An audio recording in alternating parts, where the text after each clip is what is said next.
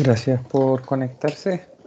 Hola, estoy haciendo la segunda parte de la sesión del lunes 14. Habíamos terminado de ver en el intervalo anterior las fuerzas de trepidación, cuplas de trepidación, en el caso en que teníamos varios pistones en una línea. Eso nos entrega el conocimiento e información suficiente para después aplicarlo en motores o compresores en que tengamos pistones en distintas líneas, descomponiendo vectorialmente las fuerzas y las cuplas. Eso lo van a desarrollar durante la práctica del martes con ojalá alcancen a hacer 2 o 3 ejercicios, al menos 2 seguro los van a alcanzar a desarrollar. Y después de eso, que es ver cómo son las fuerzas de inercia de las masas que se mueven alternativamente en este sistema, vamos a pasar a ver cómo son las fuerzas de inercia en las masas que son rotatorias. Nosotros sabemos que cuando dibujamos la barra 2 girando a velocidad angular constante y teníamos un punto de esa barra 2, obteníamos su aceleración con el producto omega cruz R, ¿verdad? Y eso era la aceleración centrípeta. Si eso tenía masa menos m por a, eso nos hacía aplicar una fuerza externa que apuntaba alejándose del eje de rotación y que iba en la dirección de la línea que une el punto con cierta masa, que tiene cierta masa, con el eje de rotación. Eso es lo que está esquematizado aquí. Y es que si esa masa estuviera contenida en el eje de rotación, esa fuerza de inercia sería igual a 0. Recuerden que esa fuerza de inercia tendría una magnitud de m por omega al cuadrado por e. Si e es 0, esa fuerza va a ser 0. E, distancia desde el eje de rotación hasta el punto donde está el centro de masa. En esa dirección, en ese sentido.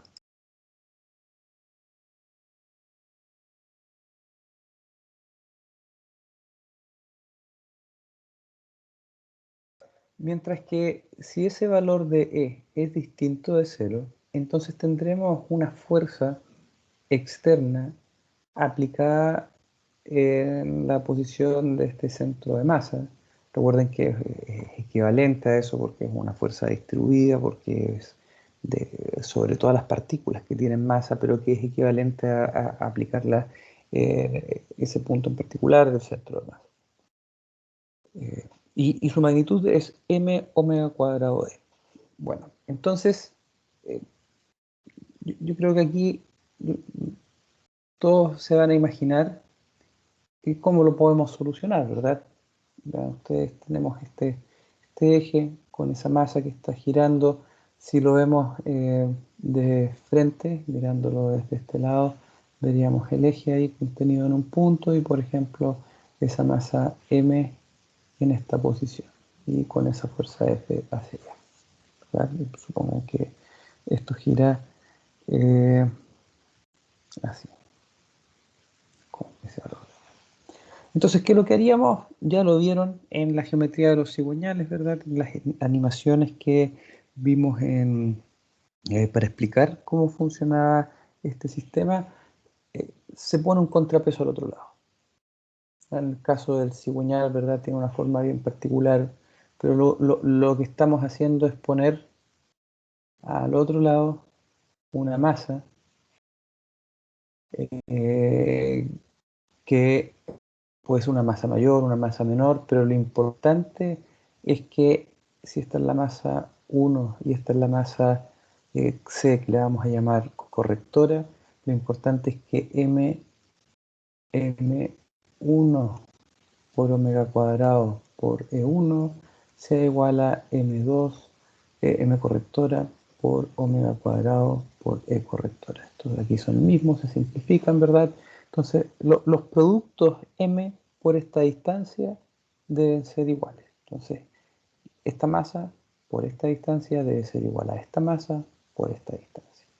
Y con eso vamos a poder compensar poniendo algo aquí al frente y con eso aplicamos una fuerza en esa dirección, sentido contrario a esta otra fuerza de acá, y logramos compensar esa fuerza. Esa es eh, la naturaleza de lo que vamos a estar logrando a partir de encontrar la resultante de todas esas masas desbalanceadas que están rotando e ir decidiendo dónde ubicar masas de manera de que sumen cero y por lo tanto se encuentre balanceado. Ahora, interesante, nuevamente, al igual que cuando hemos calculado las otras fuerzas, ¿cuál es la idea de que este valor sea lo menor posible? Que esa fuerza externa sea lo menor posible. Es que esa fuerza, además de las fuerzas del el proceso mismo de la máquina, que pudiera ser una máquina, un ventilador, por ejemplo, ¿verdad? Ahí están las fuerzas aerodinámicas, una bomba, las fuerzas hidrodinámicas, esas fuerzas las tienen que soportar los descansos, pero si además tenemos que soportar estas fuerzas, vean ustedes que esa fuerza externa la vamos a apoyar con la vamos a soportar con estos elementos. Por lo tanto, si tenemos una máquina que tiene una fuerza alta de estas características, vamos a tener que construirla con descansos, alojamientos más robustos, más caros, que ocupan más material. Por lo tanto, obviamente vamos a tratar de minimizar ese efecto. Vamos a hablar de un desbalanceamiento estático y de uno dinámico. Bueno, el nombre ya nos indica de qué se trata. El estático es porque se detecta estáticamente, el dinámico se detecta dinámicamente. ¿A qué se refiere con que sea estático? Con que no se mueve, no está rotando. Está dinámico, ¿qué significa que sea dinámico? Que sí está rotando. Entonces, cuando tenemos un eje con una masa como esta, y que lo vamos a dibujar aquí en la vista frontal, contenido en un punto, ¿verdad? Y aquí la masa. Si yo suelto este eje y lo dejo libremente y no tengo roce en estos descansos, eh, va a estar la fuerza del peso mg y por lo tanto aquí se genera un torque y eso lo hace rotar y va a llegar hasta acá. Por lo tanto, debería estar en esa posición de equilibrio, suponiendo que aquí no hay roce, ¿verdad? Obviamente. Entonces, estáticamente, uno puede tomar un eje, ponerlo sobre unos descansos muy bien lubricados y moverlo. Moverlo, me refiero a hacerlo rotar, por ejemplo, un arco de circunferencia o darle un pequeño giro después de tenerlo. Y siempre, bueno, y detenerlo por la inercia, no frenarlo, ¿verdad? Y siempre se va a detener en esta posición, siempre, con la masa desbalanceada abajo. Y por eso es que estáticamente, sin la necesidad de hacerlo girar a una velocidad angular constante o cercana a su velocidad de rotación de la máquina, vamos a poder detectar eso. Y incluso hay algunos procedimientos para máquinas muy grandes, donde no hay máquinas balanceadoras tan grandes, es que se repite este procedimiento varias veces, se define por lo tanto la posición en la cual está concentrada la masa hacia abajo. Obviamente esto es un ventilador, por ejemplo, por lo tanto no es que tenga esa forma, pero siempre se detiene en esa posición, así que yo marco ahí el ventilador, esto es decir, ahí está el ventilador, tiene las aspas y siempre se detiene y marco ese punto donde se detiene.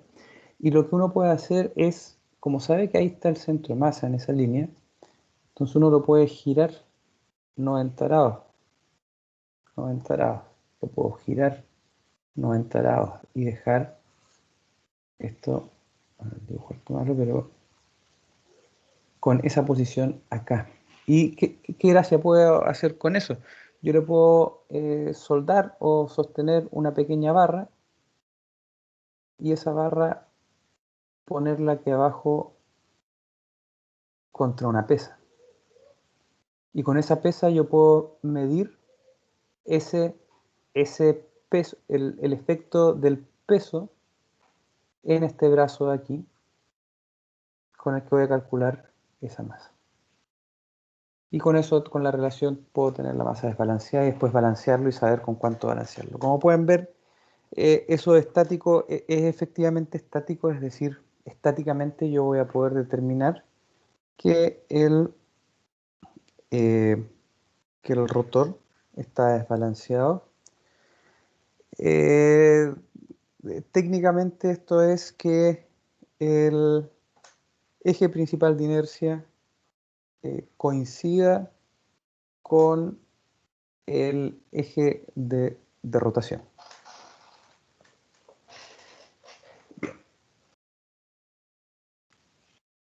Después, el desbalanceamiento dinámico es aquel que no podemos determinar en forma estática. Nosotros nos imaginamos ahora este caso y supongamos que estamos en forma estática. Esta es la vista frontal y tenemos esa masa ahí arriba y esa masa aquí abajo. Si nosotros hacemos ese procedimiento de hacerlo girar y ver dónde se detiene, como el centro de masa está ahí, está, ven ustedes, hay una masa desbalanceada aquí y acá, ¿dónde está el centro de masa? En la línea que une esos dos puntos al medio y eso coincide con un punto del eje de rotación. Por lo tanto, si yo repito el procedimiento, probablemente esto va a parar en esa posición, en esta posición, después en esta posición, siempre en posiciones distintas. Por lo tanto, estáticamente yo voy a pensar, porque cuando eso pasa es porque está balanceado, estáticamente, voy a pensar que está balanceado. Pero ¿qué sucede? Sucede que estáticamente yo lo percibo como balanceado. Si yo estuviera midiendo aquí, perdón, el peso que soportan cada uno de estos elementos va a ser el mismo, ¿verdad? El centro de masa está aquí. Eh, bueno, ustedes verían que parece balanceado, pero si tiene esta configuración de distribución de masas, voy a tener esta fuerza, m omega cuadrado e, y esta otra fuerza. Obviamente una fuerza va hacia allá, otra fuerza va hacia acá, suman cero. Por lo tanto, la suma de las fuerzas va a ser igual a cero. Pero ¿qué es lo que ustedes ven que aparece? Sistema equivalente a esas dos fuerzas paralelas es tener el mismo eje con suma de las fuerzas igual a cero y ponemos aquí un torque que es la fuerza por la distancia. Y eso no va a ser otra cosa que un momento que va a estar tratando de flectar el eje y por lo tanto voy, si ustedes tienen este eje sometido a una flexión, ¿verdad? ¿Qué es lo que pasa con estos descansos? Los estamos sobrecargando.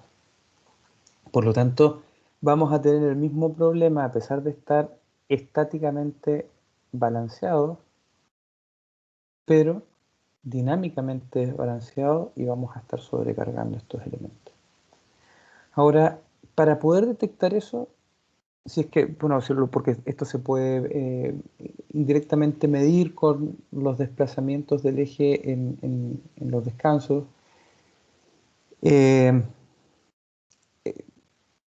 tenemos que hacerlo girar a una velocidad angular para poder detectar esa diferencia en las fuerzas que soportan cada uno de los descansos y a partir de la fuerza y conocida la rigidez de los descansos, cuál cuánto es lo que se desplazan, cuánto es lo que se mueven, y eso es lo que nosotros vamos a medir cuando ustedes balanceen en terreno, si es que en alguna oportunidad les toca balancear en terreno. Pero fíjense que si no está girando, ustedes no detectan esa diferencia. Y en este caso, ¿qué es lo que sucede? El eje principal de inercia de ese par de masas, si yo tengo un sistema que tiene dos masas, el eje principal de inercia es este. Y ese eje principal de inercia en este caso estaría aquí. Ustedes pueden ver que no coincide con el eje de rotación. A pesar de que el centro de masa sí coincide, sí está contenido en el eje de rotación. Por lo tanto, importante eso en que ustedes pueden ver que aquí el centro de masa, a pesar de que está contenido en el eje de rotación, sí hay un efecto de desbalanceamiento, un efecto dinámico, en el cual tenemos una sobrecarga sobre los descansos debido a que no tenemos una distribución de masa uniforme a lo largo del eje. Obviamente una solución podría ser poner una masa aquí y otra masa acá. Eh, depende de la construcción del equipo, de la máquina, la forma que tenga, es cuáles van a ser las soluciones o no que vamos a poder encontrar como más o menos factibles. Recalcar que estáticamente esto que hemos dibujado aquí está en equilibrio porque ahí está el centro de masa, pero dinámicamente no. Tipo de desbalanceamiento en este caso es desbalanceamiento estático, lo detectaríamos, ¿verdad?, en forma estática. Esto, ¿por qué se incorpora este dibujo? Porque es importante no confundir el tipo de desbalanceamiento con la cantidad de planos en los que tenemos masas desbalanceadas. Son dos cosas distintas. Y bueno, hay que identificar el tipo de desbalanceamiento que tenemos para saber cómo balancear. Entonces, ¿cuál va a ser la idea? Va a ser encontrar la sumatoria de fuerzas debido a ese desbalanceamiento. Vamos a encontrar una sumatoria de fuerzas que es distinta de cero y por lo tanto vamos a incorporar una nueva fuerza que haga que la nueva sumatoria de fuerzas sea igual a cero. Y lo mismo vamos a hacer con la sumatoria de torque. Va a ser distinta de cero a lo largo del eje porque vamos a fijar una referencia, ¿verdad? Y vamos a ir viendo cuál es el torque que genera cada una de esas fuerzas de inercia. Va a ser distinto de cero, entonces incorporar un nuevo torque de manera que la sumatoria de torque sea igual a cero. Ahora, como tenemos que incorporar un nuevo torque y una nueva fuerza, vamos a tratar de hacerlo en forma combinada, ¿verdad? Porque ¿cómo vamos a incorporar un torque? Incorporando, sin incorporar una fuerza, haciendo esto, por ejemplo. Pero si además sabemos que debemos incorporar una fuerza, bueno, esa fuerza habrá que ver dónde incorporarla y tal vez la podremos incorporar agregando esta fuerza, agregando aquí un valor a esta fuerza o cambiando un poco la inclinación del punto de aplicación de esta fuerza que estamos agregando. Y eso lo vamos a ver en un procedimiento a continuación. El desbalanceamiento se debe minimizar, lo vamos a minimizar con ese procedimiento y ese procedimiento de minimizar esa suma de fuerzas y de torques que se aplican sobre el eje es lo que se conoce como balancear. Entonces vamos a ver un ejemplo. El primero es este, en que ustedes pueden ver que tenemos en un mismo plano tres masas desbalanceadas. Por lo tanto, ¿qué podemos hacer? Podemos decir que aquí, y esto gira a velocidad angular constante, entonces podemos decir que aquí habrá una fuerza que va a ser M1 omega cuadrado E1. Aquí va a haber una fuerza M2 omega cuadrado E2, el mismo omega, y acá va a haber una fuerza M3 omega cuadrado E3. Y vamos a hacer lo mismo que hemos hecho eh, con anterioridad, que es sumar las fuerzas y encontrar la resultante. Aquí está dibujada la primera fuerza, M1 omega cuadrado E1, esta, ¿verdad? Dirección, magnitud y sentido. Tienen que tener especial preocupación con mantener la dirección y el sentido correcto. Luego le sumamos esta otra fuerza para sumarla. Parte el vector desde la punta de ese vector y termina acá, donde está la longitud. Aquí está dibujado este otro vector, m2 omega cuadrado e2. Aquí estamos suponiendo que conocemos m2 y e2. Esto porque lo pueden suponer como que el diseño de la máquina que estamos utilizando es tal que requiere incorporar masas en esas posiciones.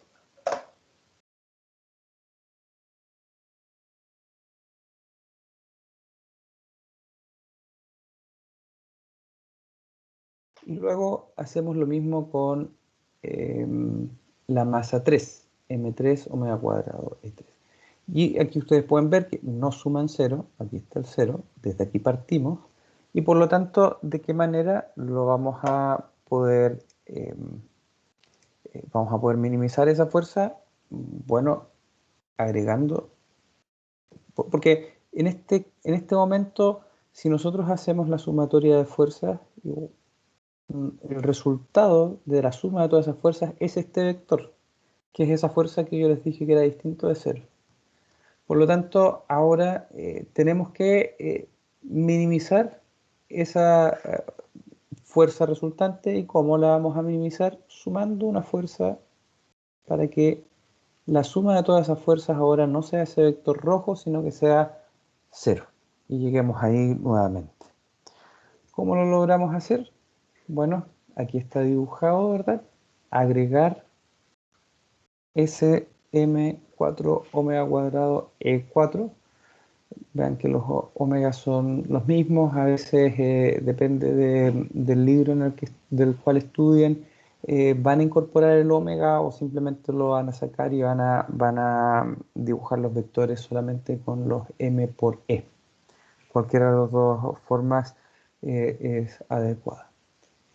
Y finalmente eso significa que si yo quiero incorporar esa nueva fuerza, tendré que incorporar esta nueva masa,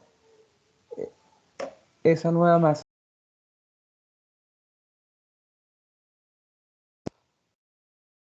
esa nueva masa que me permite ejercer esa fuerza externa y por lo tanto que sumen igual a cero. Ahora, en este caso, ¿verdad? Que están todas estas masas, esta era la masa correctora, ¿verdad? Estas eran las masas que tenía el rotor. Estaban todas en un mismo plano. Pero nosotros vimos la problemática que se da cuando están en distintos planos y es que aparecen unos torques, ¿verdad? Entonces ahora vamos a ver el caso en el que están en distintos planos. Vean ustedes que ahora tenemos la masa 1, la masa 2 y la masa 3. Las dibujamos en exactamente la misma posición angular relativa, de manera de que se parezca al ejercicio anterior, pero que incorpore estas distancias que nos van a obligar a agregar una fuerza y un torque. La única forma de agregar una fuerza y un torque es agregando masa en dos posiciones. No podemos hacerlo con... Bueno, perdón, obviamente si el torque sumara cero y la fuerza no sumara cero, ¿verdad? Ahí sí lo podríamos compensar con una sola fuerza. Eso se podría dar con una sola masa correctora en un solo plano. Eso se podría dar si es que el resultado de todos de la distribución de este desbalanceamiento fuera un desbalanceamiento estático, pero es poco probable por la forma que tiene. Bien, entonces lo primero es que se tiene que seguir cumpliendo esto de la sumatoria de fuerzas, lo vamos a minimizar. Siguen siendo los mismos vectores porque siguen siendo las mismas masas, pero ahora tenemos que incorporar una distancia para la cual nosotros vamos a eh, eh, encontrar un torque. Entonces, ahora tenemos este primer diagrama de sumatoria de fuerzas y ahora tendremos que ver qué pasa con los torques. Entonces, tendremos que dibujar esos torques. Entonces, lo que vamos a hacer es ubicar una masa correctora y la vamos a incorporar. Esto es sumamente arbitrario, ¿verdad? Pero desde aquí vamos a medir una distancia desde un plano A. ¿Bien? Eh, ¿Por qué quise incorporarlo aquí al medio? Para que vean lo que pasa con las masas que están a un lado y a otro lado, que es un caso que podría traerles alguna dificultad. Entonces vamos a suponer que estamos mirando esto desde acá, es decir, hacia allá, ¿verdad? Y que este dibujo, por lo tanto, el que está aquí es mirando hacia allá. Vamos a poner aquí a ver si esto fuera hacia allá un Z, eh, va entrando, X cruz Y, entonces ah, acá tendríamos un eje X y un eje, mejor lo vamos a cambiar, ¿verdad? Porque para que sea más convencional, X, y por lo tanto hacia allá va el Z, vamos a poner aquí, Z, Y. Ya. Bueno, de esa manera no deberíamos confundirnos. Bien, entonces dibujamos, ¿verdad? Aquí en el plano XY y ahora vamos a dibujar los vectores de torque. Por lo tanto, vean ustedes que si fijamos esto, este plano como una referencia, la distancia va hacia allá, ¿verdad? Por lo tanto, si estoy mirando hacia allá, eso es entrando a la pantalla. Si yo hago producto cruz de R que entra a la pantalla, cruz este vector fuerza de aquí, ¿verdad? Regla a la mano derecha, tendré este valor de aquí, ¿verdad? En esta dirección, ¿sí? Ahí ustedes hacen como si la mano estuviera entrando a la pantalla, ¿verdad? Y después producto cruz con este vector y por lo tanto el dedo gordo de la mano derecha les indica que la dirección, el sentido, perdón, será en esa dirección. Y magnitud A sub 1, M1, omega cuadrado, E1, porque es esta distancia A sub 1 multiplicado por la magnitud del vector. Luego tendremos que hacer lo mismo con la masa 2. En este caso tendremos una 2 distinto y ahora con la referencia que utilizamos y con este plano de referencia tenemos que sale de la pantalla el vector A2, que vendría siendo el que está marcado aquí, ¿verdad? Esa distancia que vendría siendo el R. Ese R cruz este vector que está aquí, que es M2 omega cuadrado E2, regla a la mano derecha, ¿verdad? Saliendo de la pantalla, producto cruz con este vector, el dedo gordo les queda apuntando hacia abajo, que es lo que está dibujado aquí, y luego repitiendo lo mismo, pero con omega 3 perdón, M3 omega cuadrado E3, ahora con un A3 que es mayor, A3. Entonces tenemos exactamente lo mismo, saliendo de la pantalla, R cruz S vector M3 omega cuadrado E3, tenemos este vector de acá. Y con eso vemos que la sumatoria de torque es distinto de cero y la sumatoria de fuerza es distinto de cero. Por lo tanto, yo ahora lo que necesito es incorporar un torque de alguna manera y además incorporar una fuerza. Bien, para incorporar ese torque yo necesito incorporar un segundo plano de, ya no de referencia, sino un plano corrector. Le voy a llamar un plano corrector B, y en los cuales yo voy a poder incorporar masas correctoras. Está con muchas rayas, así que aquí en la siguiente diapositiva les aparece algo que va a ser bien interesante. Es que ese vector de aquí ahora lo vamos a obtener no con una única masa en un plano, porque sabíamos en qué plano estaban concentradas las masas, sino que con la combinación de dos masas desbalanceadas en dos planos distintos. Pero como estamos tomando de referencia este plano A, ahora nosotros con esta distancia, esta referencia, como la masa que vamos a estar incorporando en este plano va a tener una distancia A igual a 0, en este diagrama en el cual estamos incorporando los torques, no generaría ningún torque, porque sería un A sub A, que es igual a 0, por MA omega cuadrado E sub A, eso sería igual a 0. Por lo tanto, eso que nos faltaba aquí, este vector que nos faltaba, lo vamos a conseguir solamente, por la referencia que utilizamos, ¿verdad? Porque es conveniente hacerlo de esa manera, con una masa correctora en esta posición. Y eso está interesante porque nos permite que ahora tenemos que lograr este vector de aquí con una masa en el plano B. En el plano B. Ahí está.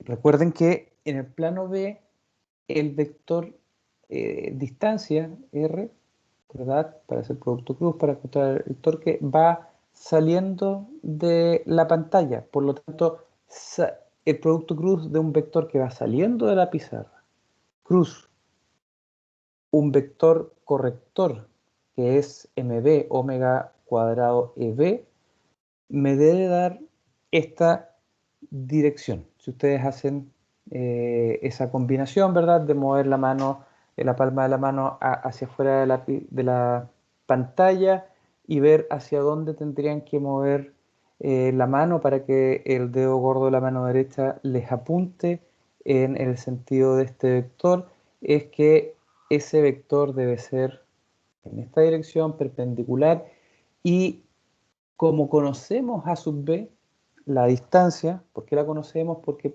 estos planos de referencia son arbitrarios, por lo tanto esa distancia en centímetros, milímetros la conocemos. Por lo tanto, podemos determinar cuánto es mb por omega cuadrado por E sub B. Porque este vector que habíamos obtenido, esta longitud, ¿verdad? Lo pasamos, ¿verdad?, a torque, lo dividimos por la distancia AB, obviamente todo esto va a escala, y con eso tenemos la magnitud de esa fuerza, que es esa fuerza que está ahí.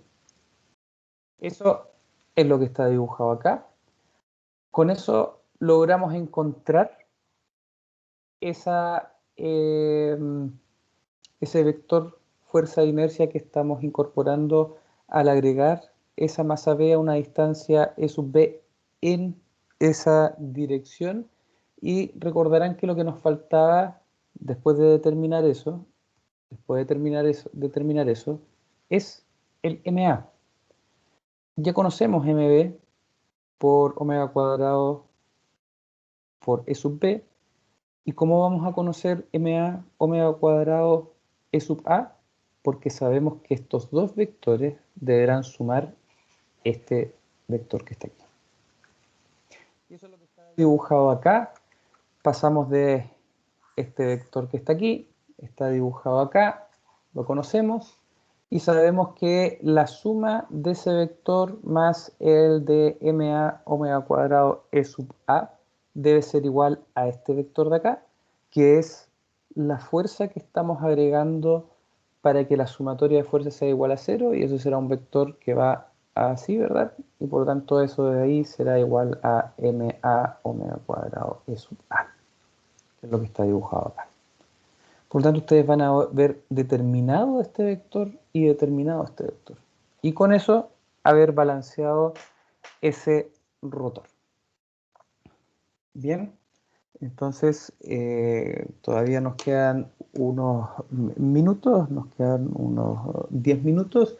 En esos 10 minutos les voy a pedir que resuelvan este ejercicio. Está puesto en pulgadas y en gramos para que se suelten en la resolución, en el poner los números, que no se confundan con... No es necesario pasarlo a milímetros, ¿verdad? Lo pueden trabajar en pulgadas, lo van a calcular esos M por E en gramos por pulgada, y para eso van a tener, les pido que se tomen 10 minutos para resolverlo, y luego también lo van a resolver con detalle, van a ver el resultado en detalle durante la práctica. Así que muchas gracias. Después de esos 10 minutos, por favor, les pido que se vuelvan a conectar, empiezan a ver el siguiente video, por favor, a las 4:15 de la tarde. Muchas gracias. Que les vaya bien resolviendo el ejercicio.